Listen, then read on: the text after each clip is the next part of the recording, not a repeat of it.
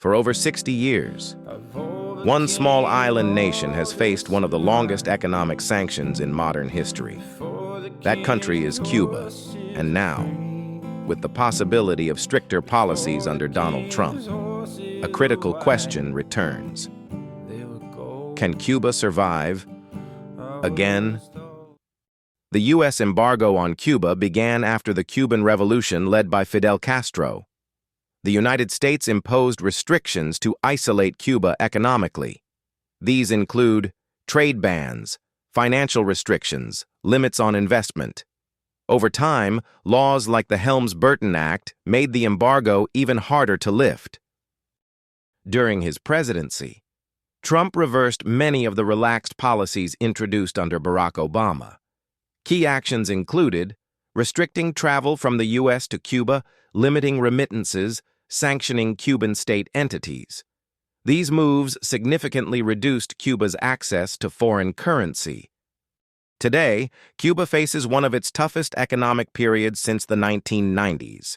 Challenges include food shortages, fuel shortages, inflation power outages. Many compare this to the crisis after the collapse of the Soviet Union. If Trump-era policies return or intensify, Cuba could face further limits on international banking, reduced remittances from abroad, fewer tourists. And for Cuba, tourism is a lifeline.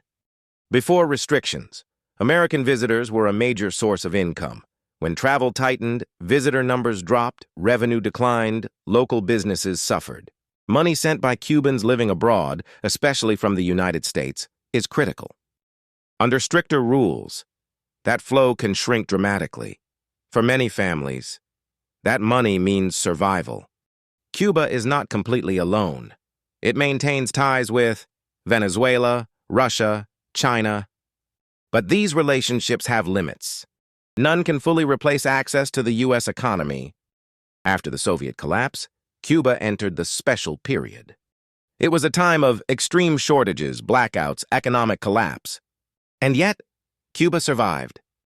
Cuba's resilience comes from state-controlled distribution, strong healthcare system, local agriculture efforts. These systems help prevent total collapse. But survival has a price. Low wages, limited opportunities, mass emigration. Many young Cubans are leaving. Will Cuba collapse? Unlikely. But stagnation is a real threat. An economy that survives but doesn't grow.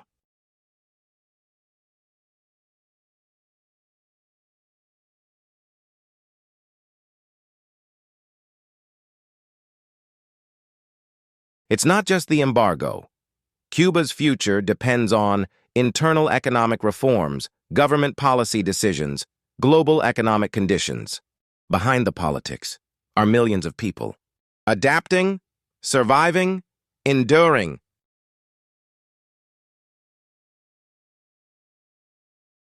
Can Cuba survive a Trump-era embargo? Yes, it already has. But survival is not the same as prosperity. And the real question is not whether Cuba can endure, but how much more it can endure, and at what cost. For more deep geopolitical documentaries, subscribe and stay informed.